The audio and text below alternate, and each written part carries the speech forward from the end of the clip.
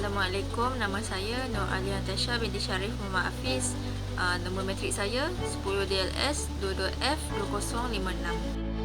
Nama saya Nur Afifah Fatini binti Mat Nafi, nombor matrik 10DLS 22F2076.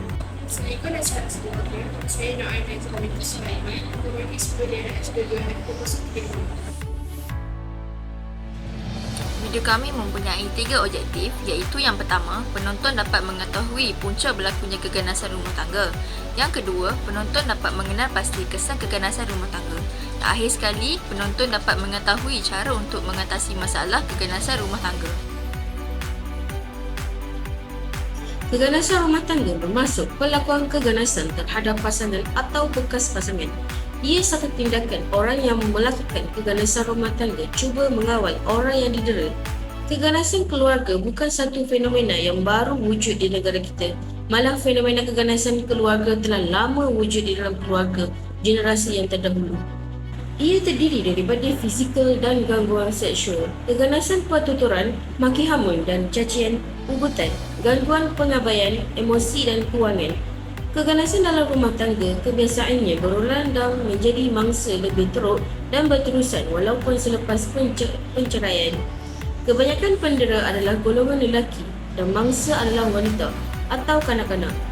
Melalui Akta Keganasan Rumah Tangga 1994, keganasan rumah tangga bukan lagi suatu perkara peribadi tetapi telah menjadi kebimbangan masyarakat. Ia adalah jenayah di bawah kanun keseksaan.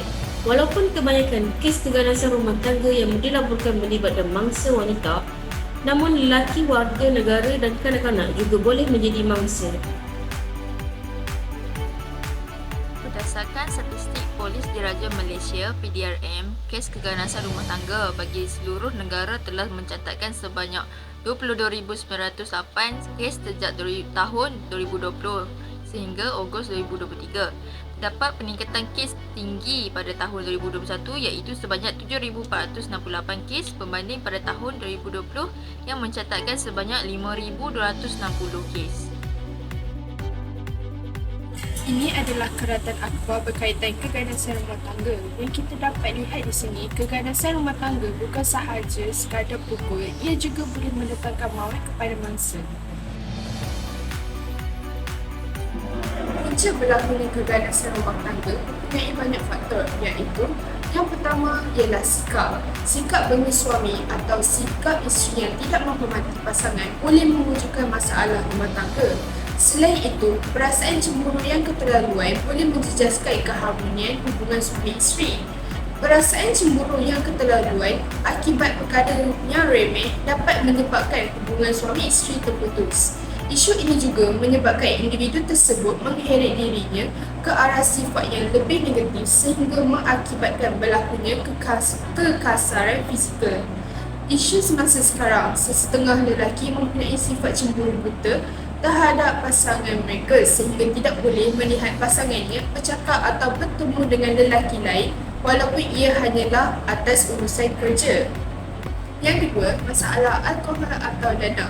Penyalahgunaan alkohol atau dadah boleh mengurangkan perencatan dan membawa kepada tindakan ganas atau agresif yang mungkin tidak berlaku dalam situasi biasa. Mereka mungkin berdepan dengan kesukaran mendapatkan bekalan dadah yang menjurus kepada tindakan ketagih akibat tidak mendapat bekalan, menjadi marah dan cenderung untuk melakukan keganasan. Malah, episod ngeri dilalui masa seperti ini dikatakan adalah kes yang berulang-ulang sebelum membuat laporan polis kerana tidak tahan menjadi beg penumbuk amarah si suami. Dan yang terakhir ialah tekanan kewangan dan kerja. Tekanan diri, kewangan dan masalah kerja boleh membuatkan sesetengah orang berasa kecewa dan cenderung untuk melepaskan emosi negatif mereka dengan cara yang ganas. Punca ini boleh dikaitkan ketika berlakunya virus COVID-19 dan kemelesetan ekonomi yang sedang berlaku di mana banyak pekerja dibuang secara tiba-tiba. Ini terjadi disebabkan dengan beban hutang yang dihadapi seperti pinjaman pendidikan, pinjaman kenderaan, bayaran bulanan rumah dan sebagainya. Ia kemudian dilepas kepada ahli keluarga, lebih-lebih lagi kepada isteri dalam bentuk keganasan fizikal, emosi dan secara lisan. Kesan berlakunya keganasan dalam rumah tangga ialah seperti mana yang kita tahu, setiap keganasan rumah tangga pasti meninggalkan kesan trauma kepada mangsa. Oleh itu, saya menerangkan dengan lebih lanjut tentang kesan-kesannya. Keganasan dalam rumah tangga memberikan kesan serius yang boleh menjejaskan semua aspek kehidupan mangsa, termasuk fizikal, emosi dan psikologi.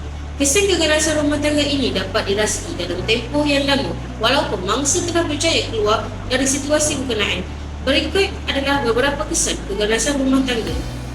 Yang pertama ialah kecederaan fizikal. Mangsa keganasan dalam rumah tangga mungkin mengalami kecederaan fizikal yang serius, termasuk lebam, patah tulang, melecur dan kecederaan yang lain yang memerlukan rawatan perubatan. Kesan ini boleh dilihat, tetapi jika melibatkan emosi, ia boleh nampak menerusi perubahan sikap kerana meninggalkan kesan trauma yang mendalam. Misalnya, penderaan fizikal boleh menyebabkan mangsa merasa bimbang, takut dan cemas serta merasakan dirinya tidak selamat.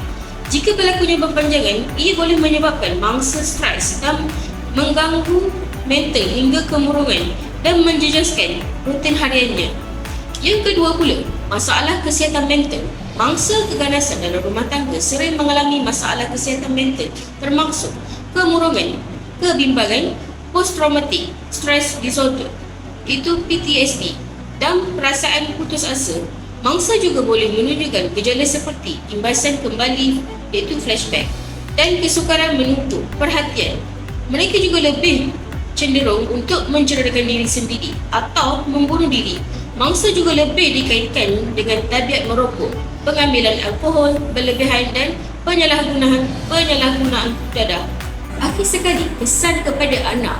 Jika terdapat kanak-kanak dalam rumah yang mengalami keganasan, mereka boleh mengalami kesan jangka panjang, termasuk masalah tingkah laku, masalah kesihatan mental dan perhubungan.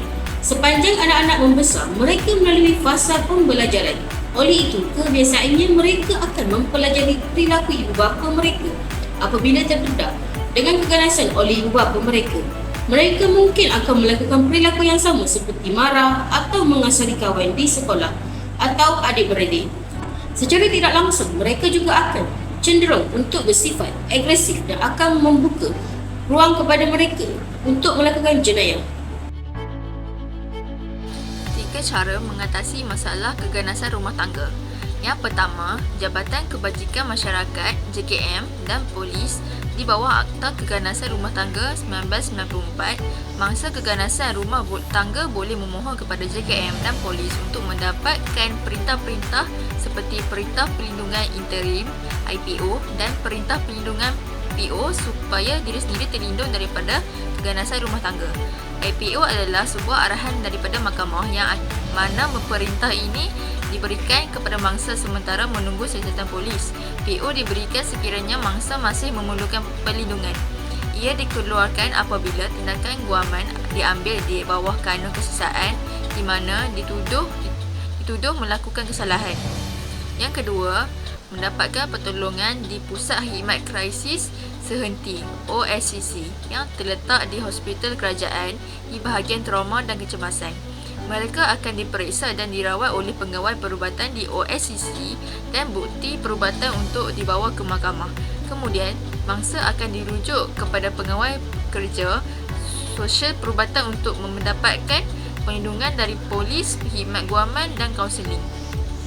Yang ketiga, orang sekeliling wajar memberi sokongan kepada mangsa.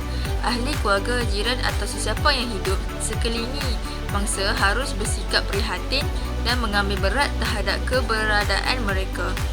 Jika sanksi seseorang tertentu merupakan mangsa keganasan rumah tangga, cuba mengenal pasti adakah ada tanda-tanda didera. Sekiranya dia enggan segera melaporkan kepada pihak polis. Ini adalah video keadaan salah seorang mangsa keganasan rumah tangga. Saya Fauzia Nordin, adik kepada Kak Jahidah. Kak Jahidah ni dia mangsa keganasan rumah tangga oleh suami dia yang baru mendirikan rumah tangga selama 9 bulan. Dia memang mangsa penderaan dan dipukul oleh suami dia masa tu. Sampai dia koma masa dia dalam mengandung 6 minggu. Daripada apa yang telah kami nyatakan sebentar tadi, kesimpulan yang dapat dibuat di sini adalah keganasan tidak sewajarnya wujud dalam rumah tangga dan keluarga. Menurut Islam, suami bertanggungjawab melindungi isteri dan ahli keluarganya kerana suami berperanan sebagai pemimpin keluarga. Hal ini dinyatakan dengan jelas dalam firman Allah SWT surah An-Nisa ayat 34 iaitu kaum lelaki itu adalah pemimpin dan pengawal yang bertanggungjawab terhadap kaum perempuan. Oleh kerana Allah telah melebihkan orang-orang lelaki dengan beberapa keistimewaan atas orang-orang perempuan dan juga kerana orang-orang lelaki telah memelanjakan memberi nafkah sebahagian daripada harta mereka. Sekian, terima kasih. Audio Jungle.